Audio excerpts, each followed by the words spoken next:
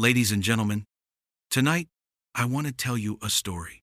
A story of loyalty, betrayal, and the moment when a man was forced to choose between duty and family. For 10 long years, Michael Stone served as the personal bodyguard of Richard Kane, a ruthless billionaire whose fortune was built on fear, corruption, and destruction. To the world, Richard Kane was untouchable, a man shielded by power, money, and influence. And Michael? He was the shadow that ensured no bullet, no blade, no danger ever touched his boss. But loyalty is a fragile thing.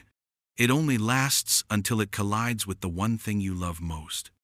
Michael had a daughter, Sophia, bright, innocent, and only 17. She was the light of his life, the reason he worked long nights and risked his soul protecting a man he knew was evil.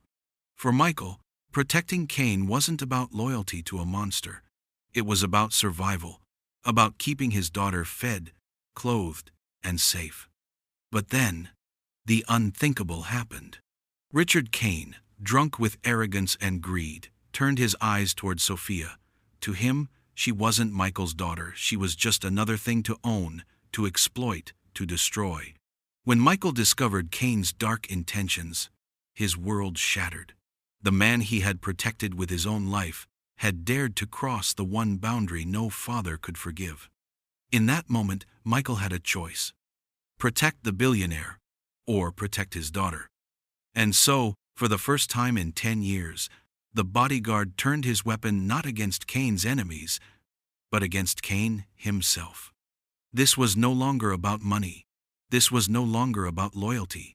This was about justice and the fury of a father whose love had been tested by evil. Because when you hurt a man's child, you unleash a storm that no amount of wealth can stop.